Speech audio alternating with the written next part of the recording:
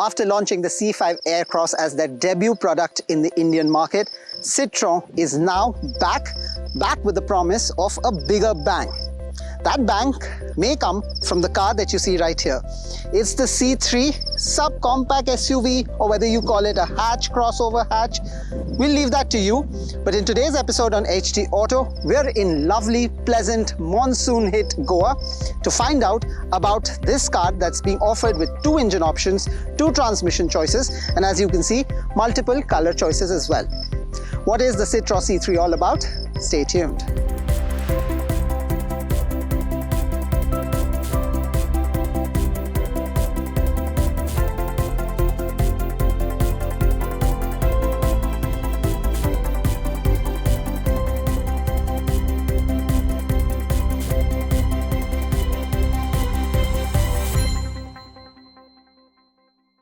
Now, the Citroen C3 is a smart, young-looking car. So I'll get my cap on and tell you why I think so. You can clearly see it for yourself as well, but just let me tell you some things in detail. You get LED DRLs here. The headlight units are, unfortunately, you don't get them in LED. They are conventionally halogen, but this clearly is from the Citroen brand and does look slightly similar, if not identical, to the C5 that we saw in the Indian market just last year. That's courtesy this chrome line here, which stretches all the way from one side of the headlight unit to the other, in the middle, seamlessly connecting to form the double arrow Citroen logo. It's got a very prominent bumper here. It's got fog lights here with the casing that you see in this bright shade of orange. So overall, along with that really muscular appeal of the bonnet, this car clearly is targeted at the style-conscious buyer in the market. Move a little to the back. Let me show you the side angle. Large wheel arches, very, very good ground clearance. The black cladding on the doors also give it a bit of a rugged appearance, and the one that you see here is the customized unit, of course, so you get it in dual tone color options. That's there in both these cars, and there are multiple dual tone options that Citroen will offer at launch. Now, at the rear, the design is slightly simpler, but only in comparative terms. You get the light structure here. The bonnet is, like I said, very, very straightforward. It's got a high rear boot lip and looks very conventionally smart. Not as youthful perhaps as the face, but still quite a smart looking vehicle, even if you're following one. The boot, well, there is 315 liters of boot space. Let me open it and show to you what I mean. This is generous. We've packed in a whole lot of our own travel luggage, so that's great. 315 liters, like I mentioned. The boot is also pretty deep, so you can actually pile on one suitcase on top of another, so that's great. What's not, though, unfortunately, is that the opening for the cargo space is very limited. It's very narrow. Also, because of this high spacing here, lifting heavy suitcases and bags and plonking it into the cargo space may just be a bit of a problem. But this car also promises a whole lot on the inside, so come, let's take a look. Now, the young appeal of the car from the outside actually transcends to the cabin as well. Let me explain what I mean by that. Just take a look at the dash layout here. It has 2 color options. The one that you see in this particular model is the orange. There is also a gray shade that you will get on the dash. Its design, its layout is a little spunky, funky, whatever you may choose to call it. And there are things that I really like and some things that I don't. For example, I really like the design of the AC vents, the horizontal ones or the vertical ones. All of them get some amount of silver outline border. So that's fresh, that's young, that's great. What I also particularly like is the 10-inch infotainment screen. It's really bright, it's vivid, it does attract a fair bit of fingerprints, so you'll have to use the microfiber cloth if you're a bit finicky, but otherwise that's great too. There is support for wireless Android Auto and Apple CarPlay, so that's a much sought after feature, and that's great that Citroen has incorporated it. The speakers, as far as this car is concerned, you get 4 speakers on all 4 doors, so that's 1 each on all 4 doors. There is also provision to put in the tweeters if you so choose, but that's going to be an optional extra. Overall, whole lot of storage space as well all around this car. You get plenty of storage space for your phone on the center console. You get cup holders on the center console. There is more storage right here behind the cup holders. There is some more storage space under the parking handbrake, and of course the conventional storage space on all 4 doors. You also get steering mounted controls, but that's again something that's very common these days. You can adjust it for rake, but unfortunately you cannot adjust it for reach, which gets me to things that I'm not too taken with. Starting with the driver digital display. It's all digital, yes, so that's good, but it's really tiny, it's very small, so it doesn't really have that modern cutting edge appeal, visually speaking, to it. Also, take a look at the stick for adjusting the ORVM. It's just a needle-like thing, and well, I'm not very sure about its durability in the long run. Also, there is a pulley system to open the bonnet. It is, well, quite ancient and mediocre to say the least. So another thing that could have been a little well done, there is a whole lot of, in fact, the entire cabin of this vehicle is full of hard plastics. Now that's generally par for the course in a car in this particular segment, but well, in this particular unit that we're driving today, there is a little bit of a problem with fit and finish too, because there are things, bits and pieces that are already coming out from the front dash. Now moving to the back seats of the C3, the immediate thing that you would notice is that there is a whole lot of space on offer for a car of this size and shape.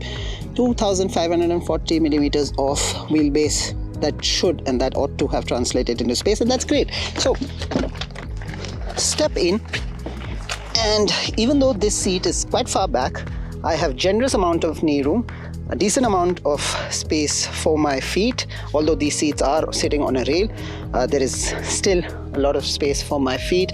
The headroom is nice. I keep saying that I'm not the tallest person, but it is mostly adequate. You sit slightly higher than the front seat, so you have a good view of the road and the surroundings as well. Now, much like the front seats, these seats here also have very good under thigh support, but because they say that this car is quite comfortable and it's a claim that's mostly good, I wish they had given a rear seat armrest. That's not there. The headrests are also not adjustable, they are fixed, so that's something to take points off this car. On the flip side, again, there is no rear AC vent, so that's a bit of a concern for me, although Citroen officials once again claim that the air conditioning in this car is tailor-made for hot and humid conditions in the country, and we've spent about an hour and a half in this vehicle so far, and it's a claim that has a whole lot of water to it. So there is that point that you need to consider, no rear AC vents, and of course, if you're someone who wants a sunroof in your car, none of the C3 models will get you that particular feature. So of course, in this review, we'll be driving both the engine variants and the transmission choices on the C3. But before we drive the 1.2 litre naturally aspirated engine, it's the turbo. And frankly, really, I don't need to explain why. It's the turbo motor that has my curiosity. So let's find out what this car is capable of.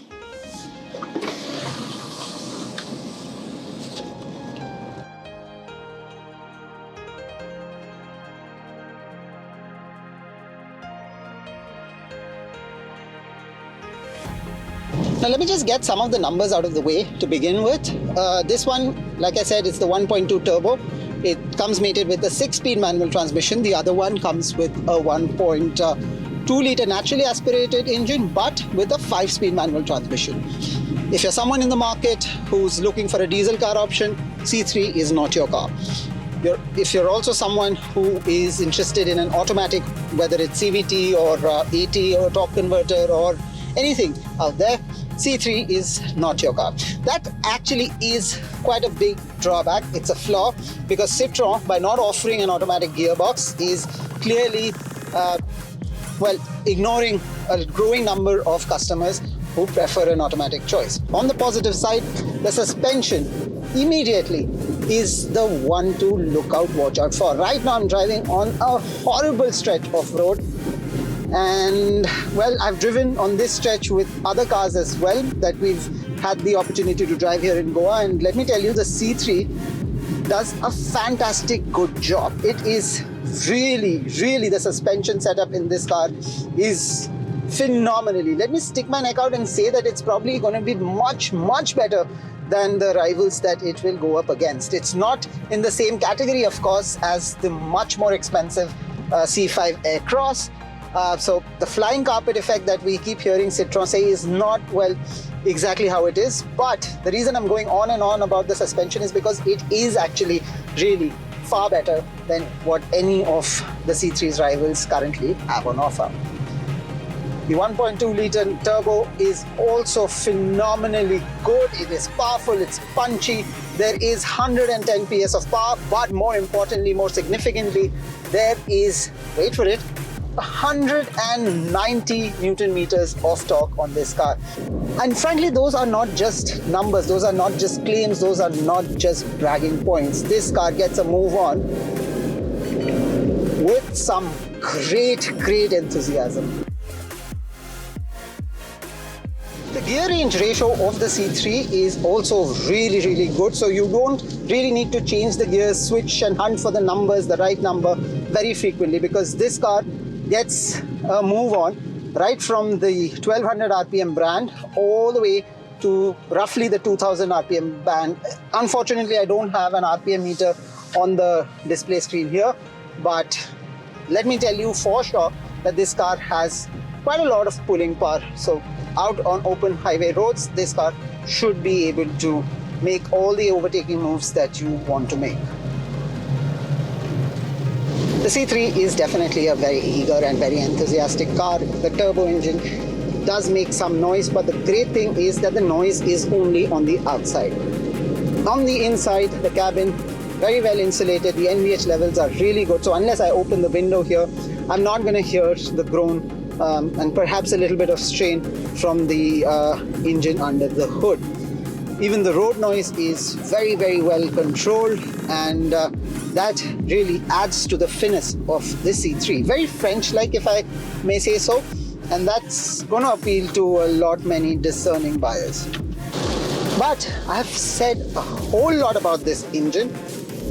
I wonder if the slightly less capable, slightly less powerful, but obviously the more affordable C3 with the 1.2 naturally aspirated motor is going to leave me disappointed, because frankly, and I'll be very honest, I've had a preconceived notion even before getting into that car that it could be under par. Well, it's time to find just that. This car, in comparison, is definitely more sedate than its turbo sibling. It produces about 85 PS of power and is, even in terms of torque, is definitely more sedate. It takes a little bit longer to get a move on if you're pressing the throttle. Of course, there is 115 Nm of torque vis-a-vis the 190 Nm that I mentioned on the other.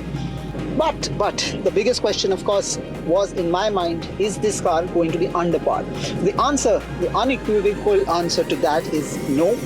This car definitely is capable in its own right. A comparison with its turbo sibling won't be fair, but it does get a move on with its own sense of urgency. Low rev pickups are phenomenally good, and that's a positive that is definitely there for the taking from this car. The suspension setup, of course, is similar. The drive dynamics in terms of steering setup is also similar. Control on NVH levels, again, similar. The C3 is a fun car to look at and definitely a fun car to drive, whether you choose that 1.2 litre turbo petrol engine or the 1.2 litre naturally aspirated motor. The manual transmission options also are great, but like I mentioned, the automatic option should have been included as well. But Citroen is also looking to offer a whole lot of customization options to sort of better attract the younger buyers in the market.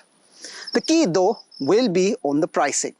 Citroen as a brand isn't really known for its absolutely killer pricing, but with the C3, they have a massive chance to do just that, to get a major foothold in the Indian car market.